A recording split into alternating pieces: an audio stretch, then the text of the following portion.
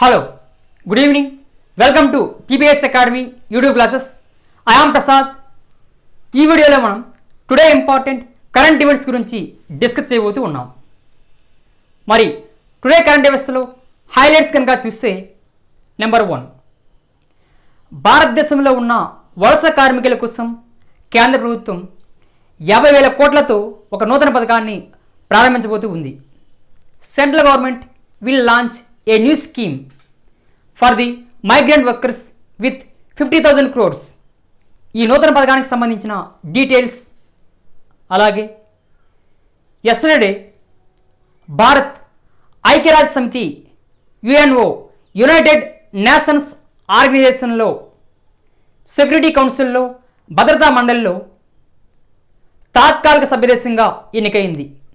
దానికి సంబంధించిన details, yesterday Nepal parliament Bharat Nepal సరిహద్దుల్లో వివాదాస్పద ప్రాంతాలైన 3 ప్రాంతాలని నేపాల్ భూభాగంలో అంతర్భాగాలుగా గుర్తిస్తూ రూపొందించిన బిల్లుకి ఎస్టర్డే నేపాల్ పార్లమెంట్ ఆమోదం తెలిపింది.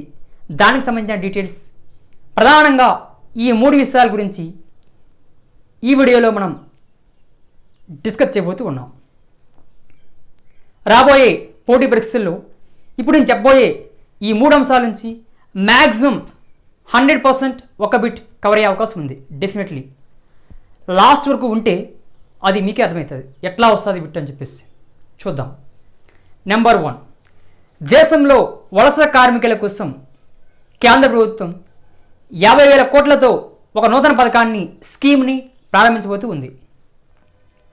ఆ స్కీమ్ ఏంటి సార్ అంటే, ఆ నూతన పథకమే గరీబ్ కళ్యాణ్ రోజ్గర్ అభియాన్ అని చెప్పేసి అంటాం. మరి స్కీమ్ ఏ తేదీన ప్రారంభించబడుతూ ఉంది అంటే జూన్ 20, 2020 అంటే టుమారో ఈ స్కీమ్ ప్రారంభిస్తారు. మరి స్కీమ్ ఎక్కడి నుంచి ప్రారంభించబడుతూ ఉంది అంటే బీహార్లోని ఖగరియా జిల్లాలో ఉన్న తిహార్ అనే గ్రామం నుంచి వీడియో కాన్ఫరెన్స్ ద్వారా ఈ స్కీమ్ టుమారో లాంచ్ చేయబడుతుంది. మరి స్కీమ్ని ఎవరు ప్రారంభిస్తారు అంటే present 14th prime minister of India Narendra Modi గారు ఈ స్కీమ్ని ప్రారంభించబోతూ ఉన్నారు. మరి స్కీమ్ ద్వారా ప్రయోజనం పొందే బెనిఫిషియర్స్, లబ్ధిదారులు ఎవరు అంటే దేశంలో ఉన్న మైగ్రెంట్ వర్కర్స్, వలస కార్మికులు అని చెప్పేసి అంటాం. 6 స్టేట్స్లో ఉన్న వలస కార్మికులు. మరి స్కీమ్ యొక్క మెయిన్ ఆబ్జెక్టివ్, ఉద్దేశం ఏంటి సార్ అంటే భారతదేశంలో ఈ 6 రాష్ట్రాల్లో ఉన్న 116 జిల్లాల్లో ఉన్న వలస కార్మికులకి 125 డేస్ పాటు ఉపాధి కల్పించడం కోసం కేంద్ర ప్రభుత్వం టుమారో లాంచ్ చేయబోయే ఒక న్యూ స్కీమ్ ఏదంటే గరీబ్ కళ్యాణ్ రోజ్గర్ అభియాన్ అని చెప్పేసి అంటాం. ఇవి ఎగ్జామ్ పాయింట్ ఆఫ్ వ్యూలో కనీసం ఒక లోవర్ లెవెల్ ఎగ్జామ్ నుంచి టాప్ లెవెల్ ఎగ్జామ్ వరకు ఇప్పుడు నేను చెప్పినటువంటి ఈ డీటెయిల్స్ సరిపోతాయి బిట్ కనుక వస్తే. మరి ప్రత్యేకంగా ప్రిపేర్ అయ్యేది గ్రూప్స్ లాంటి ఎగ్జామ్స్ కాబట్టి ఈ స్కీమ్కి సంబంధించి బ్యాక్గ్రౌండ్ ఇన్ఫర్మేషన్ కూడా తెలుసుకోవాలి తప్పనిసరిగా. ఈ స్కీమ్కి సంబంధించి బ్యాక్గ్రౌండ్ ఇన్ఫర్మేషన్ ఏముందో మనం చూస్తే, దేశంలో వలస కార్మికుల కోసం కేంద్ర ప్రభుత్వం నూతనంగా అంటే టుమారో ప్రారంభించబోయే ఒక న్యూ స్కీమ్ ఏది అంటే గరీబ్ కళ్యాణ్ రోజ్గర్ అభియాన్ అని చెప్పేసి అంటాం. భారతదేశంలో 6 రాష్ట్రాల్లో ఉన్న అంటే రాజస్థాన్, మధ్యప్రదేశ్, ఉత్తరప్రదేశ్, బీహార్, జార్ఖండ్, ఒడిస్సా ఈ 6 రాష్ట్రాల్లో ఉన్న 116 జిల్లాల్లోని వలస కార్మికుల కోసం ఈ స్కీమ్ ప్రారంభించబడుతూ ఉంది.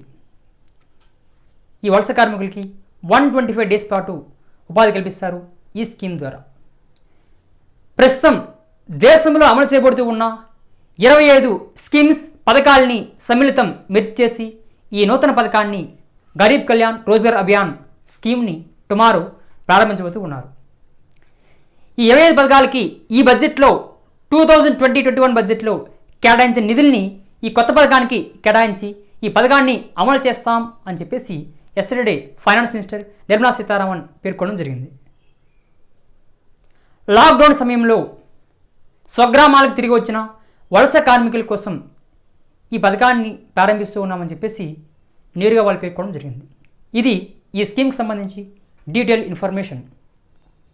నెక్స్ట్ సెకండ్ అంశం, భారత్ నేపాల్ సరిహద్దుల్లో వివాదాస్పద ప్రాంతాలైన 3 ప్రాంతాలని నేపాల్ తన దేశంలో అంతర్భాగాలుగా గుర్తిస్తూ రూపొందించిన బిల్లుకి ఎస్టర్డే నేపాల్ పార్లమెంట్ ఆమోదం తెలిపింది.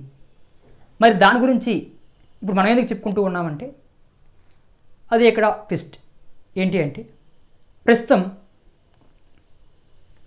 భారత్ నేపాల్, మన భారతదేశం నేపాల్తో సుమారుగా 1751 కిలోమీటర్స్ మేర భూ సరిహద్దుని, బోర్డర్ లైన్ని పంచుకుంటూ ఉంది.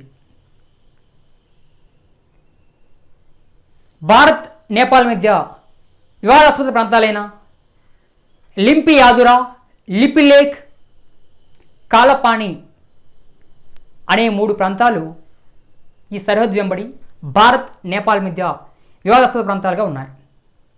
ఇప్పుడు ఆ 3 ప్రాంతాలని మావి అని చెప్పేసి నేపాల్ తన న్యూ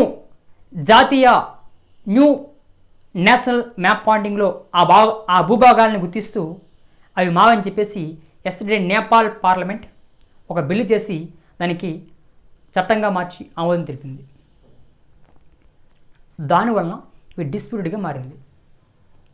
మరి కారణం ఏంటి అంటే 2020 మే 8న మన భారతదేశం ఉత్తరాఖండ్ స్టేట్లో ఉన్న దార్చులా నుంచి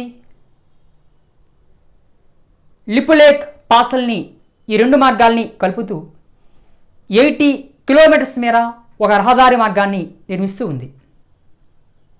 ఆ రహదారి మార్గం నేపాల్కి కంటవింపుగా మారింది.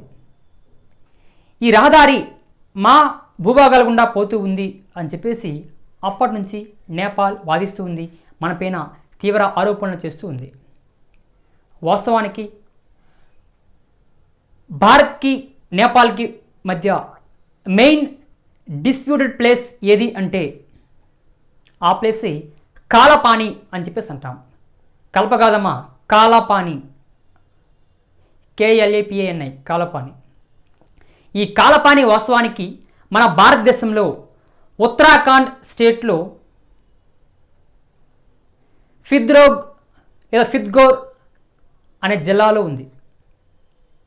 ఈ కాలపానిని 1998లో నేపాల్ ఆక్యుపై చేసుకుని మాది అని చెప్పేసి అంటూ ఉంది.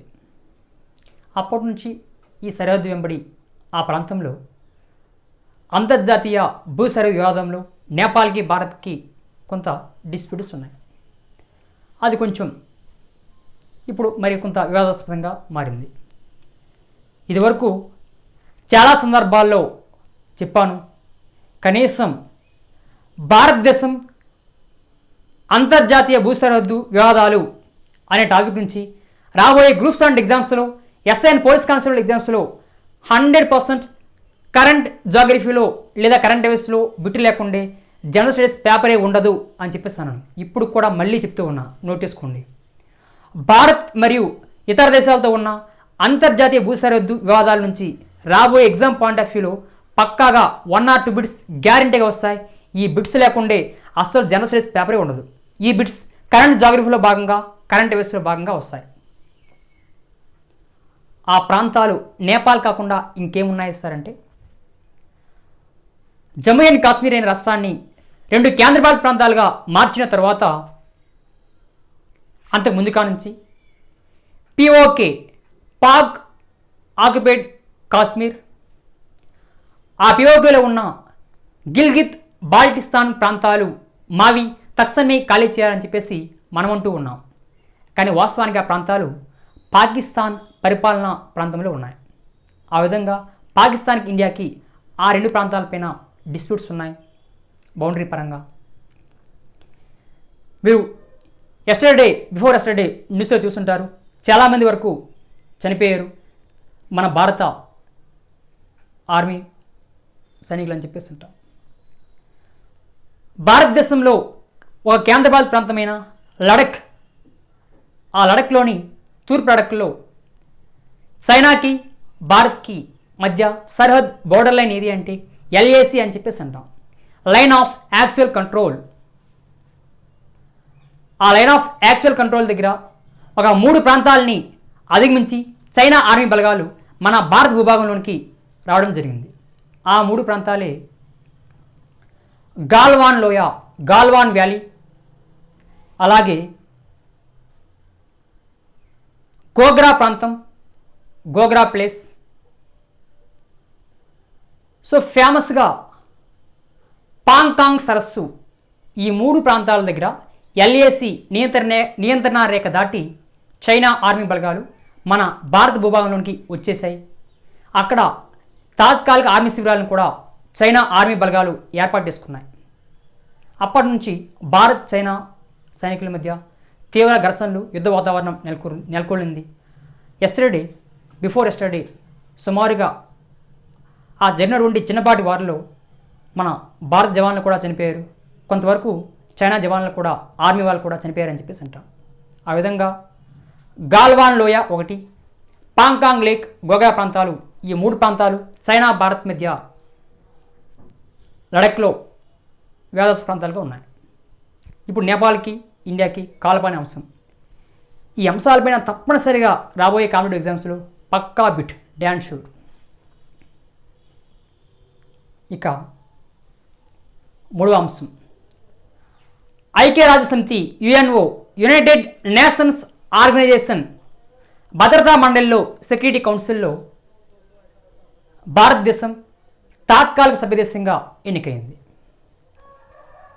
ఇక్కడ మనకు తెలియాలి ఏంటి అంటే, ఐక్యరాజ్య సమితి దాన్ని ఐరాసా అని పిలుస్తూ ఉంటాం, ఇంగ్లీష్లో UNO అంటాం, యునైటెడ్ నేషన్స్ ఆర్గనైజేషన్. ఈ UNO 1945 అక్టోబర్ 24న అఫీషియల్గా ఏర్పడింది. అందుకే అక్టోబర్ 24న UNO డేగా సెలబ్రేట్ చేసుకుంటూ ఉంటాం. ప్రస్తుతం ఈ ఐక్యరాజ్య సమితి UNO యొక్క ప్రధాన కార్యాలయం అమెరికాలోని న్యూయార్క్లో ఉంది. ప్రస్తుతం 193 కంట్రీస్ ఐక్యరాజ్య సమితిలో UNOలో సభ్యదేశాలుగా ఉన్నాయి. ప్రజెంట్ UNO యొక్క సెక్రటరీ జనరల్ ఆయనే ఆంటోనియో గుటెరస్ అని చెప్పేసి అంటాం, from Portugal country. Antonio Guterres is and 9th secretary general of UNO, ఐక్యరాజ్య సమితి. ఐక్యరాజ్య సమితిలో ప్రధానంగా 6 అంగాలు ఉంటాయి, 6 organs. Present there are 6 organs of UNO, 6 అంగాలు అని చెప్పేసి అంటాం. ఆ 6 అంగాల్లో, ఆర్గాన్స్లో first one UNO general assembly, సాధారణ సభ. Second one UNO security council, భద్రతా మండలి. ఇప్పుడు ఈ భద్రతా మండలిలో ఒక 2 ఏళ్ల కాలానికి తాత్కాలిక సభ్యదేశంగా మన భారతదేశం ఎన్నికైంది. ఆ విషయం గురించి ఇప్పుడు మనం మాట్లాడుతూ ఉన్నాం. ఐక్యరాజ్య సమితిలో సెక్యూరిటీ కౌన్సిల్, భద్రతా మండలిలో 2 ఏళ్ల పదవీ కాలానికి గాను భారత్ తాత్కాలిక సభ్యదేశంగా ఎన్నికైంది.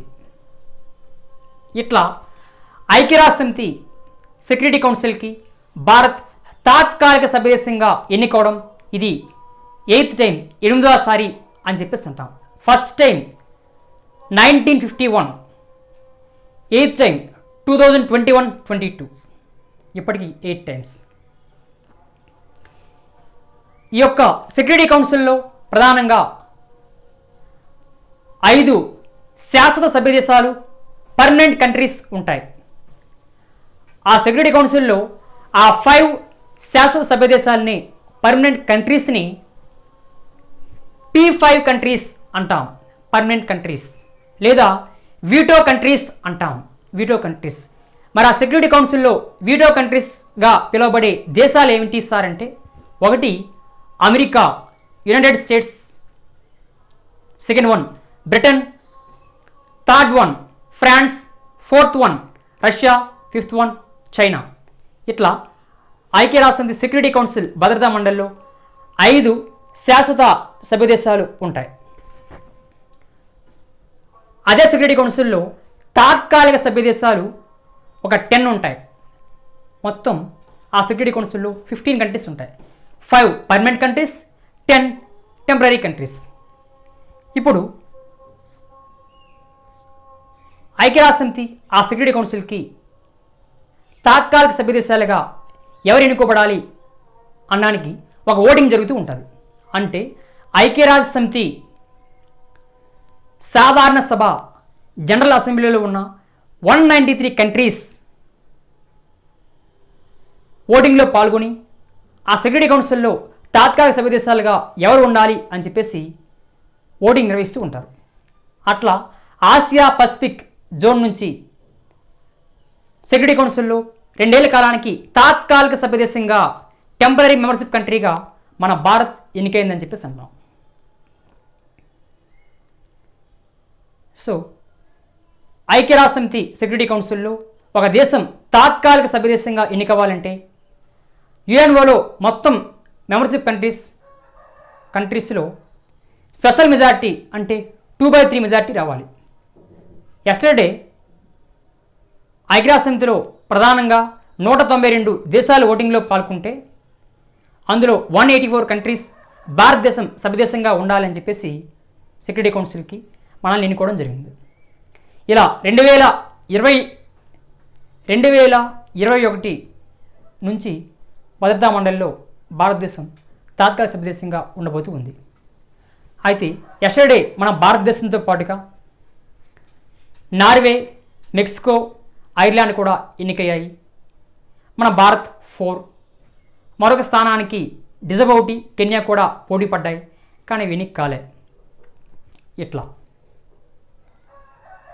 ఆల్రెడీగా ఐక్యరాజ్యసమితిలో సెక్యూరిటీ కౌన్సిల్లో తాత్కాలిక సభ్యదేశాలుగా ఉన్న నైజర్, ఎస్తోనియా, వియత్నాం వంటి కంట్రీస్ ఉన్నాయి. వాటితో పాటుగా మరో 5 ప్లేసెస్ ఖాళీ అయితే వాటికి ఎన్నిక జరిగాయి. ఆ 5 ఇంట్లో ఒకరు మనం ఎన్నికయ్యాం.